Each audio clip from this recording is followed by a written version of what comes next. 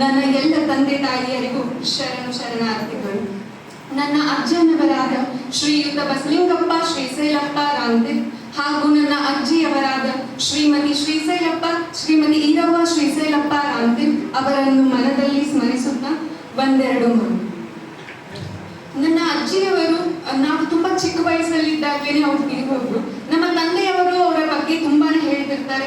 ಅವರು ಅವ್ರ ಜೊತೆ ಕಳೆದಂತಹ ಬಾಲ್ಯವನ್ನ ಹೇಳ್ತಿರ್ತಾರೆ. ಹಾಗೆ ನಮ್ಮ ಅಜ್ಜನವರನ್ನು ನಾವು ನೋಡುತ್ತಾನೆ ಬೆಳೆದಿದ್ದೇವೆ. ನಮ್ಮ ಅಜ್ಜ ಅವರು ತುಂಬಾ ಶಿಸ್ತುಬದ್ಧ ಉಳ್ಳವರಾಗಿದ್ರು. ಹಾಗೆ ಅವರು ನಡೆದಂತಹ ಮಾರ್ಗದರ್ಶನದಲ್ಲಿಯೇ ನಾವು ಇಂದಿಗೂ ನಡೀತಾ ಇದ್ದೇವೆ. ಅಂತಹ ಕುಟುಂಬದಲ್ಲಿ ನಾನು ಒಬ್ಳು ಅಂತ ಹೇಳೋಕೆ ತುಂಬಾನೇ ಹೆಮ್ಮೆ ಆಗುತ್ತೆ. ಒಂದೆರಡು ವಚನದ ಮೂಲಕ ನನ್ನ ಮಾತನ್ನ ಮುಗಿಸುತ್ತೇನೆ. ಲೋಕದ ಡೊಂಕ ನೀವೇಗೆ ತಿದ್ದುವಿ, ನೀವು ನಿಮ್ಮ ಮನವ ಸಂತೈಸಿಕೊಳ್ಳಿ, ನೀವು ನಿಮ್ಮ ನಿಮ್ಮ ತನುವ ಸಂತೈಸಿಕೊಳ್ಳಿ. ನೆರೆಮನೆಯ ದುಃಖಕ್ಕೆ ಅಳುವವರ ಮೆಚ್ಚ ಕೂಡಲ ಸಂಗಮ ದೇವ.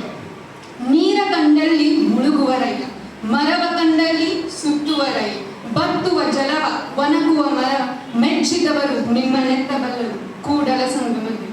ಧನ್ಯವಾದಗಳು.